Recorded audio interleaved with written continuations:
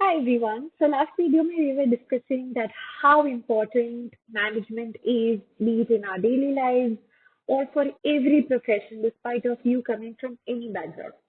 तो हम daily hustles में पूरा दिन कितनी सारी चीजें मैनेज करते रहते हैं, be time, work, task, relationship, home, etcetera. But we often miss out to understand and to learn how to manage our own self, right? So today I came across this really interesting article written by Peter Drucker. Now Peter Drucker is known as a father and founder of management, and he has written a very beautiful article that gives insight and some interesting pointers to understand that how we need to manage our own self. So let's get started. पर हमने काफी लोगों से ये सुना होता है कि know your weaknesses, work on your weaknesses, improve your weaknesses to turn your weaknesses into your strength, right? सुना है ना? But here Peter Drucker has mentioned a very contradictory point. What he mentions that we are flawed human beings.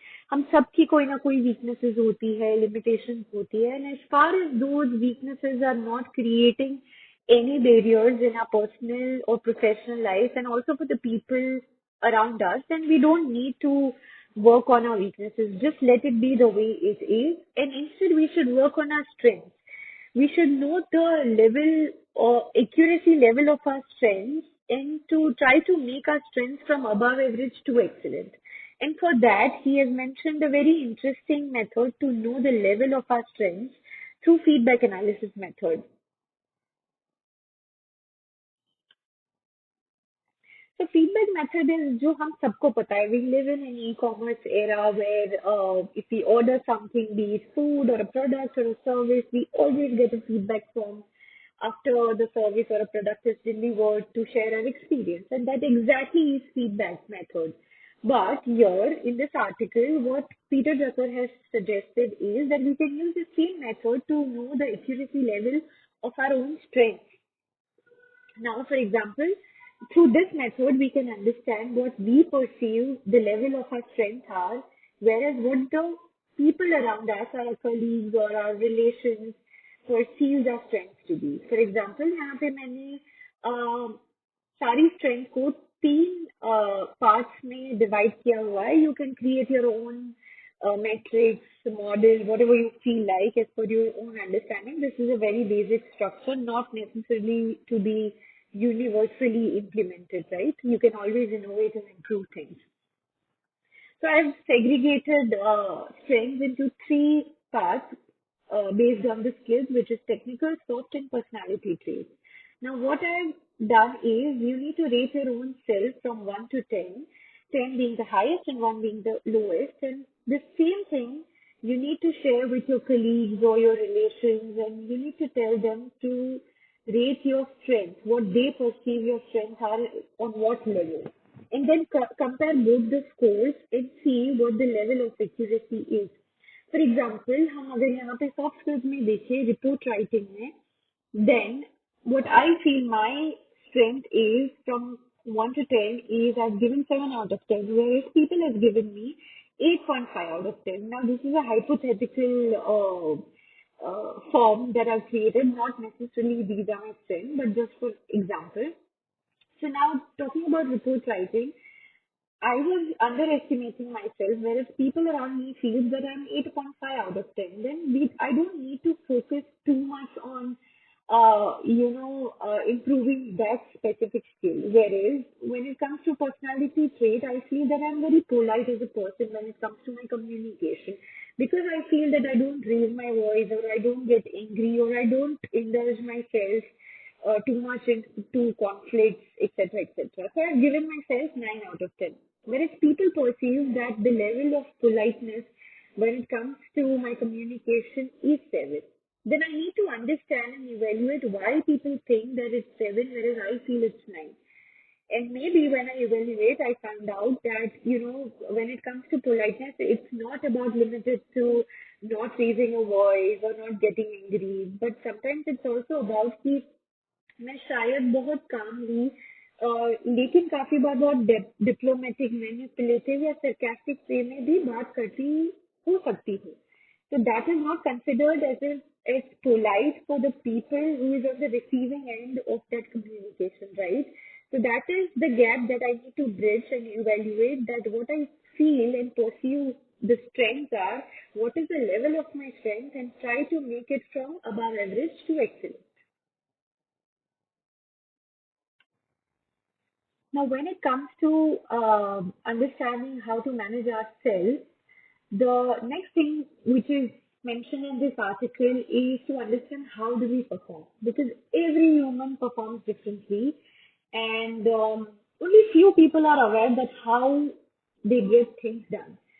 Often हमें लगता है कि हमें पता है लेकिन genuinely हमें नहीं पता होता है. So to understand how do we perform, what Peter Drucker has mentioned that a performance is a matter of personality. So to understand how do we perform, we really need to understand our personality traits. And according to him, our personality is a combination of two things, which is our nurture and nature. The way we have been nurtured in the kind of environment and with the people that we have been brought up, as well as the nature that we have as a part of our personality. So I believe that our nurturing shapes our nature, and our nature shapes the way we behave, and the way we behave shapes our personality. And basically, because our personality is a whole lot of the way we have been nurtured, it is formed way long before we go to work professionally. And when it comes to personality, I feel along with nurture and nature, if we want to segregate it into further parts, then I think it is a combination of four E's, which is the education that we have gained in our life, the kind of experiences we had, be it bad or good, also shapes our personality. The environment we have been brought up in, which is nurturing, as well as काफी बार होता है कि because of education and work, we shift to different places and we live in hostels and PGs and whatnot, and we shift to different environments in our life, and that also shapes our personality because we meet and greet and we come across and we have acquaintances with so many different sets of people, and that shapes our personality as well, the way we walk, talk, and the perceived things. Also, one of the main criteria of the way we shape our personality and the way our personality is formed is also the kind of exposure that we have received in our life. तो काफी बार काफी लोगों को लगता है कि because of certain circumstances हमें जितना पढ़ना था, हमें जितना एजुकेशन मिलना चाहिए था, हमें नहीं मिला है. Then you don't need to bother on those things because if you have gained the right amount of experience, you have been brought up and lived in a right kind of environment and you have received the right kind of exposure, then education doesn't matter. You at least need to have a combination of these three to have a right kind of personality in you. And so basically, if you want to know your performance levels, you first need to start with understanding your personality traits. And your personality can be modified up to a certain extent, but you cannot change your entire personality, or you cannot expect someone else to change their entire personality. They can improvise 10-20%, but their entire personality can definitely not be changed. Another way to understand and find how do we perform is by knowing how do we like to learn things. Because the way we like to learn things, our learning patterns will define our working patterns. आपने काफी बार देखा होगा कि आपके office में काफी bosses ऐसे होंगे जिनको आपसे रिपोर्ट्स, वीकली रिपोर्ट्स एक मीटिंग में प्रेजेंटेशन के थ्रू चाहिए, या तो कन्वर्सेशन के through they ask you what is the work in progress about the project. काफी बार ऐसे भी bosses होते हैं जो they don't like to get indulged into meetings or conversations. What they expect is to write from us to write a report and send them through email. And that exactly is their working patterns. And those working patterns are derived from the way they like to learn things. And that comes from school as well. काफी बार हम देखते हैं ना, तो हम आप अगर सोचोगे ना, तो काफी बार ऐसा होता है कि हम जब स्कूल में होते हैं ना, टीचर हमें सेम तरीके से पढ़ाते हैं, लेकिन हमारे सीखने के तरीके अलग अलग होते हैं, और उसी वजह से we get different set of marks grades in our school life. And if you see, हमने काफी ये stories भी सुनी होती है अच्छे अच्छे personalities पे that our life in school was like hell, our teachers used to not appreciate us. But it's not about the teachers, you see. It's about because they were not getting along with the learning pattern the way they were taught in the school. Because their way of learning were different. काफी बार teachers बोल के सुनाते हैं, लिखने को encourage नहीं करते. लेकिन काफी बार होता है कि काफी students लिख के सीख सकते हैं ज्यादा. We all have a different ways of learning. Some people like to write things. Some people like to listen to videos. Some people like to listen to podcasts. Some people like to read books. Some people like to get indulged into conversations and interactions and group discussions, and that's how they learn. So you see, our learning patterns always define our working patterns. And जब हम ये जान लेंगे ना कि how do we like to learn, we will definitely know how do we like to work, and our working patterns will also define how do we perform, in what kind of environment, in what kind of teams, in with what kind of bosses and colleagues as well. Because it is very important to also know that how our teams and colleagues and bosses work as well, because we need to align our working patterns with their working patterns. So you see how much our learning patterns help to understand the work culture around us as well. Now, one of the things that we also need to understand while managing ourselves, especially in a professional setup, is to understand what are our values. And values is not just about the basic principles and ethics like honesty, integrity, commitment, accountability, etc., that we write in our core values. But it is also about the kind of belief system and the kind of school of thought that we carry with ourselves and that we come from. Because when it comes to our professional life, it is extremely important to understand that as per our value system and as per our school of thought, where do we actually belong? And the very first thing that we need to understand when we think about self-reflecting, to understand that where do we belong, it first starts with canceling things. Like we need to self-reflect and see that where do we not belong. And it is also about not just in professional setup. Relationships में भी ऐसा ही होता है. If you're finding a partner for yourself, instead of just having a checklist that I want this kind of a partner and that kind of a partner, you should be clear that what exactly you don't want first. क्योंकि जो अच्छा होगा वो तो हमें पसंद आने ही वाला है. But those things that we actually would not compromise, we need to know first. And talking about our values and our thought process and our belief system, just giving like two basic examples. If you are a clinical researcher and if you are working in a pharmaceutical company, now there are two companies that you have applied for a new job. One company is the ABC Limited company, which comes with a school of thought that they don't like to take huge amount of risks when it comes to making major discoveries, but they keep on experimenting and making little continuous improvement on daily basis in their existing product lines, medicines, etc. Whereas XYZ Limited company is a pharmaceutical company who focuses more on having larger scientific discoveries, who likes to take huge amount of risks and don't focus on daily improvement. So now you need to analyze that what kind of work culture and what kind of strategies you would align more with and relate with, depending on your belief systems, your working patterns, and your school of thoughts that you carry within yourself as a part of your personality. Another example is, a newly recruited senior HR manager who wanted to work for this organization for a very long time, and finally she got the job. Now, as a HR manager, she is responsible for recruiting executives as a C-level higher position.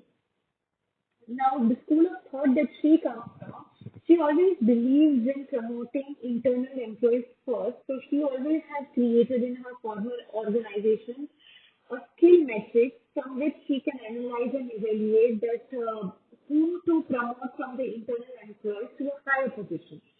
Now, this existing company that she has been newly recruited, although her dream job, believes and comes from a different school of thought that they like to always first look outside and hire a fresh blood when it comes to especially C-level executives. Now, these are very two different school of thoughts and opinions. Now, what do you think, at what extent and to what level does this new senior HR manager would compromise on her opinions and her way of working pattern? Not for a longer time, right? Even despite it being a dream job, if our working patterns and school of thoughts are not matching with the existing organization, it would be very hard for us to survive for a longer period of time. So even for HR managers, I would say, whenever you are recruiting people, don't ask questions like, where do you see yourself 5 years down the lane, or where do you see yourself 10 years down the lane? Along with understanding their visions and objectives and goals that they align with your current organization, you should also understand what are the school of thoughts and what are the working patterns that they carry with themselves that will actually align with the current team and with their current role in the project that they are being recruited in. Now, another thing to when it comes to managing ourselves in a workplace setup, what we need to ask ourselves is, what should I contribute and where, in what kind of work that I should contribute? And the answer to that actually lies in our strengths, our ways of performing, our working patterns, and our value system. As simple as that. Gone are those days, those times when our former generations were told to what to contribute always. They were not given that liberty, that freedom to decide that what are their working patterns, where they are good at, and where they can actually contribute to give impactful results. They were always told where to contribute. And this actually culture shifted in the 1960s, and now we are in a generation where we have all the right to choose where can we contribute and what we are good at working based on our skills, our personality traits, our strengths, etc., etc. Right? Now, taking a very basic example here, which is sharing an experience of a newly appointed hospital administrator. काफी बार क्या होता है ना कि हम जब change की बात आती है, इम्पैक्टफुल रिजल्ट की बात आती है, कंट्रीब्यूशन की बात आती है, we suddenly go to a world of illusion and dreamland, and we sort of start expecting a lot out of ourselves when it comes to our potential. We might have those kind of potential, but we also need to analyze that what is the work setup that we are working in. Is that aligning with our goals? काफी बार हम बहुत बड़ी बड़ी चीजें envision कर लेते हैं, लेकिन रियलिस्टिकली वो एग्जीक्यूट करना काफी बार इम्पॉसिबल होता है. सो when it comes to contributions, the contributions can start with a very basic level, from small micro level changes to bring a larger amount of impact, which is given in this example of the hospital administration. Now, this hospital administration was newly appointed in a hospital which was very prestigious in their area, in their city, country, but had been costing on its reputation for last 30 years. Now, what this new administrator decided was that instead of having unrealistic goals, he decided to establish a standard of excellence by focusing only on one aspect, which is by focusing only on emergency room standards and systems. What he did was he decided that he just created a change on a very standard operating process level, and he made a very basic change, which is when it comes to emergency rooms, every patient that comes to ER should be attended by a qualified nurse within 60 seconds. That was the only change he attempted to create a larger impact in the hospital, and it also resulted in a good reputation of the hospital as well. And this model was so successful that it later became a role model for other hospitals in that area, in that city and country, to transform the hospitals and their emergency rooms in the same SOPs with the same blueprint model, which was implemented and executed by this, suggested by this newly hospital administrator. So you see that, even a small change can create a larger impact. So instead of sometimes focusing and envisioning on larger things, we can also create a change through executing on a micro level details as well.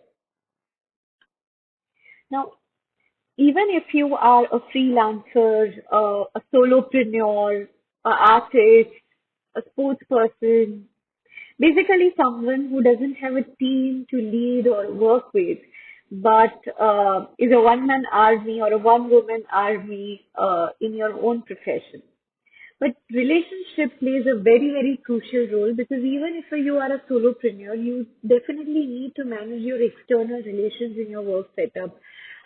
You need to manage relationships with your external stakeholders, with your collaborators, with your outsourcing agencies, with your partners, etc., etc., right? And so basically taking responsibility for our relationships, be it in a personal or professional life, is extremely important because especially talking about our workplaces, these days companies are not built based on the forces, but it is based on trust, and which is the key to manage relationships. Now, talking about managing relationships, it is very important, just like managing ourselves, just like knowing our own strengths, our working patterns, our value system. It is also very important to know the working patterns, the strengths, the value system, our co-workers, our boss, our team members are coming from, and because their performance and your performance in a team will depend on the relationship and your understanding within the team. And when it comes to relationships, especially in your professional setup, you really don't need to like all the people that you work with all the time, but you definitely need to understand them. As I said, you need to understand your working patterns, and your working patterns will come from their learning patterns.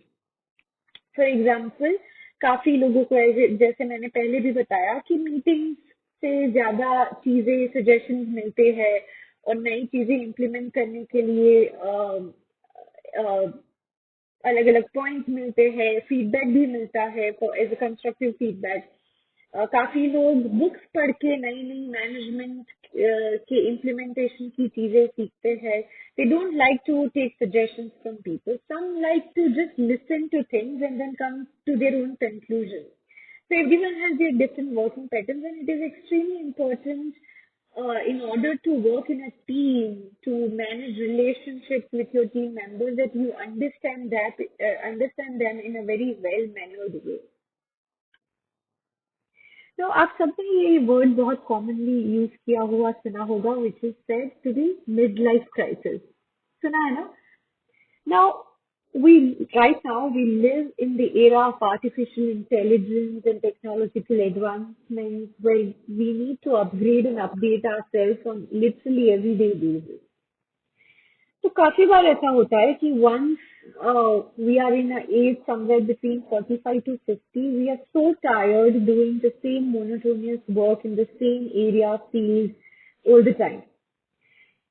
काफी लोग ऐसे होते हैं जिनको लगता है कि I have achieved whatever I wanted to achieve, whatever my goals and targets were in my professional life, and I've earned enough. Now I want to do something else. And there are other people as well who feel that, you know what, I've just discovered myself. And I just want to change my field of expertise because what I thought I'm expert in and what I actually am are two different things. And that I realized at the age of 45 or 48. And there are all kinds of people, you know, around this age who likes to again experiment things with themselves or at least change a side of profession. And that is why they say sometimes midlife crisis. And midlife crisis, no, it doesn't come around 30, 32. That is a young age while you're still experimenting at times or just settling down. But midlife crisis actually happens around 50 years of age, as per the article written by Peter Drucker. And what he has suggested is when it comes to managing yourself in the second half of your life, start early. Like whenever you are around 35, 38 years of age, try to observe yourself and discover what you truly like. They might be your hobbies, that might be social service, charity, philanthropy, volunteering for some cause, or some sort of expertise in another field as well. So just try to discover that at the age of 35, 38 around, and try working on that from that age. Just spend at least an hour on daily basis or like 4, 5 hours on weekly basis to work on that skill, to improvising that skill that you might think that might help you as a side hustle or a second career after your 50 years of age, where you feel that you still have so much to give to the world and you don't want to retire. But that will only happen in a successful manner when you start early. When you start, you begin before even entering into that domain. So when it comes to managing your second half of your life, try to discover your side hustles, try to discover your hobbies, your choice of different professions that you might enjoy in the second half of your life, way early, way former in your life, then you have to actually start. So this is it about the article which is written by Peter Drucker on managing oneself. And the key takeaways that we learned today about managing oneself, the first thing start with understanding our strengths, especially understanding and knowing the level of our strengths in a realistic manner through feedback analysis method. Second is understanding our personality, and that is one of the way to understand our performance levels as well. Third is understanding our learning patterns because our learning patterns define our working patterns. And then understanding our values and not just values or in terms of ethics and principles, but also the school of thought that we are coming from, our belief system that we carry with ourselves, and to understand that where do we actually belong. Then asking ourselves that where can we contribute based on our strengths, working patterns, and performance. And the last thing is taking responsibility for our relationship when it comes to our professional life, especially also in personal life as well. And the last thing is for the people who doesn't want to retire at the age of 50 or 60, that plan your second half of your life well in advance. So this is so I really hope that you found this article interesting and something that you learned from to implement in your personal and professional life. Uh, if you really enjoyed this, then stay tuned on the channel because I'll be uploading many more such interesting articles, stories, and case studies related to management. See you next week.